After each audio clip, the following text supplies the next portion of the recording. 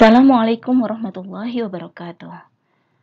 Halo Ananda semuanya, kelas 6 yang cantik dan ganteng, yang soleh dan soleha. Apa kabar semuanya? Semoga masih tetap semangat belajar walaupun pembelajaran jarak jauh.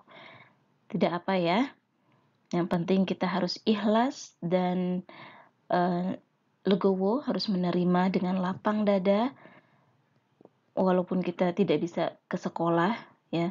Nah, jika kita ikhlas, kita bisa berlapang dada, insya Allah kita bisa mudah menerima pembelajaran. Ya, jangan patah semangat, pokoknya tetap semangat, terus semangat, selalu semangat. Ya, mulai rutinitas seperti ini, setiap hari bangun pagi, ya, dengarkan pembelajaran apa yang akan disampaikan oleh Bapak Ibu guru walaupun tidak melihat langsung. Oke, pasti bisa. Kalau kalian bersungguh-sungguh, pasti bisa. Manjada wajada. Oke, sekarang kita akan membahas tematik ya. Sudah siap? Kalian boleh siapkan bukunya yang tematik 6C. Tapi sebelum kita memulai pembelajaran, seperti biasa kita baca basmalah terlebih dahulu. Bismillahirrahmanirrahim. Oke, kali ini kita akan membahas tematik bahasa Indonesia yang merupakan rangkuman dari tema 3. Sudah siap ya? Oke, kompetensi dasar dari tematik bahasa Indonesia kali ini yaitu menggali isi teks penjelasan atau eksplanasi ilmiah yang didengar dan dibaca. Nah, yang akan kita pelajari hari ini yaitu mengidentifikasi teks eksplanasi, kemudian mengidentifikasi kalimat efektif dalam teks eksplanasi, dan mengidentifikasi kosakata baku dalam teks eksplanasi. Mengidentifikasi teks eksplanasi. Apa sih teks eksplanasi itu? Teks eksplanasi adalah teks atau bacaan yang berisi informasi tentang proses terjadinya suatu peristiwa atau kejadian dan mengapa peristiwa tersebut terjadi. Nah, biasanya teks ini menjelaskan tentang ilmu pengetahuan atau peristiwa. Nah, adapun ciri-ciri teks eksplanasi adalah terdiri atas 3 bagian, yaitu pernyataan umum, deretan penjelas, dan interpretasi atau simpulan, atau disebut juga dengan penutup. Informasi yang disajikan bersifat fakta atau yang sesungguhnya benar-benar terjadi, ya, itu ciri-ciri teks eksplanasi yang kedua. Kemudian berisi tentang ilmu pengetahuan, ya, biasanya penemuan listrik, seperti itu. Dan menceritakan suatu peristiwa, bencana alam, fenomena alam, nah itu termasuk teks eksplanasi. Oke, kemudian berikutnya ada struktur teks eksplanasi. Jadi, teks eksplanasi ini terdiri dari 3 bagian, ada 3 strukturnya ya, yaitu yang pertama ini ada pernyataan umum. Nah, biasanya pernyataan umum ini terdapat pada bagian pertama teks eksplanasi ya, atau bisa juga pada kalimat utamanya. Nah, berisi penjelasan umum mengenai sesuatu atau kejadian yang akan dibahas, misalnya menjelaskan tentang definisi suatu peristiwa, kenapa peristiwa A, apa pengertian dari peristiwa tersebut. Kemudian bagian yang berikutnya dari teks eksplanasi adalah deretan penjelas atau isi ya, merupakan bagian isi teks yang menjelaskan sebab akibat terjadinya suatu peristiwa yang dijelaskan secara berurutan dari awal hingga akhir. Ya. Kemudian yang ketiga itu adalah simpulan atau bagian simpulan atau penutup yang merupakan simpulan dari teks atau pendapat penulis mengenai fenomena yang dijelaskan dalam teks tersebut. Nah, sekarang kita lihat contoh teks eksplanasi. Nah, di sini ada judulnya Tanah Longsor. Ya, ada terdiri atas 3 paragraf. Nah, kalau dilihat dari judulnya, bisa dilihat kalau ini merupakan fenomena alam. Nah, menurut ciri-ciri yang tadi kita bahas sebelumnya, jadi kalau teks eksplanasi itu menjelaskan tentang kejadian yang sesungguhnya, kejadian alam, ya, peristiwa alam, ya, ini bisa termasuk ke dalam teks eksplanasi. Oke, kita analisis bersama bagian-bagiannya. Kita analisis yang mana bagian pernyataan umum, mana deretan penjelas, dan yang mana penutup.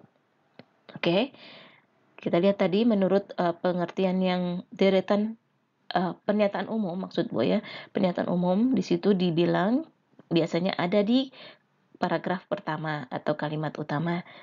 Oke, kita lihat ya. Biasanya berisi tentang pengertian. Nah, kalau dilihat dari sini, yang kalau ada kata adalah berarti merupakan pengertian, ya. Jadi di sini bisa dikatakan longsor atau sering disebut gerakan tanah adalah. Sampai sini ini bisa dibilang adalah pernyataan umum, ya. Nah, kemudian bagian berikutnya adalah deretan penjelas. Nah, deretan penjelas itu adalah setelah pernyataan umum tadi isinya ya, dari secara umum kejadian longsor disebabkan. Nah, disebabkan ini berarti berisi tentang sebab akibat. Seperti yang disebutkan tadi ya, kalau bagian penjelas itu isinya tentang sebab akibat. Nah, ini berarti adalah bagian penjelas, paragraf kedua. Oke. Kemudian yang terakhir adalah simpulan atau penutup ya, penutup. Bisa dilihat di sini paragraf ketiga adalah penutupnya atau kesimpulannya. Oke, baik, kita lanjut ya. Berarti teks itu adalah teks eksplanasi.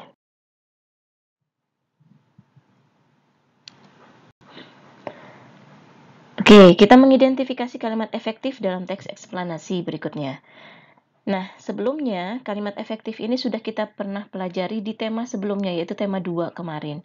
Ya, di sini hanya mengulang saja biasanya. Nah, kalau teks eksplanasi ini selalu isinya itu diisi dengan kalimat-kalimat yang efektif ya, kalimat efektif dan kata baku. Ya, karena ini adalah merupakan teks yang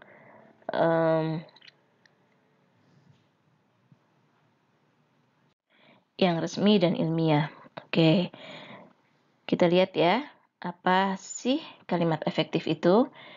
Kalimat efektif adalah kalimat dengan susunan kata yang sesuai dengan kaidah kebahasaan secara baik dan benar. Suatu kalimat termasuk kalimat efektif apabila memenuhi syarat-syarat sebagai berikut.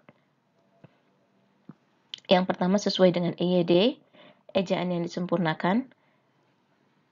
Nah, penulisan ini harus ditulis dengan benar dalam hal-hal yang meliputi penggunaan huruf kapitalnya, huruf miring, huruf tebal, tanda titik, tanda tanya, ya, kalimat penulisan unsur serapan dan sebagainya. Jadi harus ada unsur-unsur tersebut ya. Kemudian harus sistematis. Sebuah kalimat sistematis merupakan kalimat yang terdiri atas subjek dan predikat. Selain itu, urutan subjek, predikat, objek dan keterangan dalam sebuah kalimat yang sistematis juga tidak akan membuat pembaca atau pendengarnya bingung.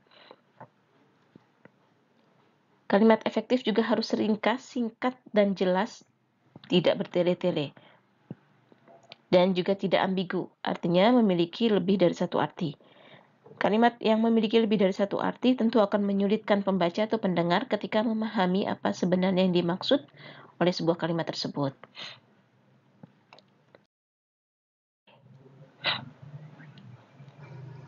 Mengidentifikasi kosakata baru dalam teks eksplanasi. Nah, seperti yang tadi telah Bu Oya sebutkan, kalau dalam teks eksplanasi tersebut kalimatnya harus efektif dan menggunakan kata baku, kosakata baku. Ya, karena kalimat efektif itu terdiri dari kata baku, ya. Apa sih kata baku itu? Kata baku adalah kata yang sesuai dengan pedoman atau kaidah bahasa yang sudah ditentukan menurut aturan maupun pedoman umum ejaan bahasa Indonesia yang disingkat jadi PUEB dan bersumber dari Kamus Besar Bahasa Indonesia yang disingkat jadi KBBI. Nah, kata baku umumnya sering dipakai pada teks eksplanasi, karya ilmiah, dan hasil laporan. Ciri-ciri kata baku yaitu tidak dipengaruhi bahasa daerah, tidak dipengaruhi bahasa asing, bukan bahasa percakapan sehari-hari, tidak mengandung arti yang rancu. Ya, itu tadi ciri-cirinya ya. Oke. Kemudian ini ada contoh kata baku. Ini hanya mengulanginya saja ya, karena sebelumnya juga kita sudah pelajari. Jadi kata baku, kalian harus banyak-banyak mempelajari kosakata ya. ini kata-katanya yang sesuai di kata baku adalah kata-kata yang sesuai di Kamus Besar Bahasa Indonesia. Jadi kalau kamu cari atlet dengan I, itu di Kamus Besar Bahasa Indonesia tidak ada. Karena yang benar adalah kata bakunya adalah atlet dengan E. Ya. Ekspor dengan K, bukan dengan X, ya. Dan tidak ada T-nya karena ini bahasa asing, ya. Oke, terus ada lubang, bukan lobang. Terus ada dan seterusnya, ya. Oke, paham ya? Demikian penjelasan dari Bu Oya. Selamat belajar. Semoga tetap semangat, selalu semangat, ya. Jangan pantang menyerah. Oke. Terima kasih. Alhamdulillahirabbil alamin. Wassalamualaikum warahmatullahi wabarakatuh.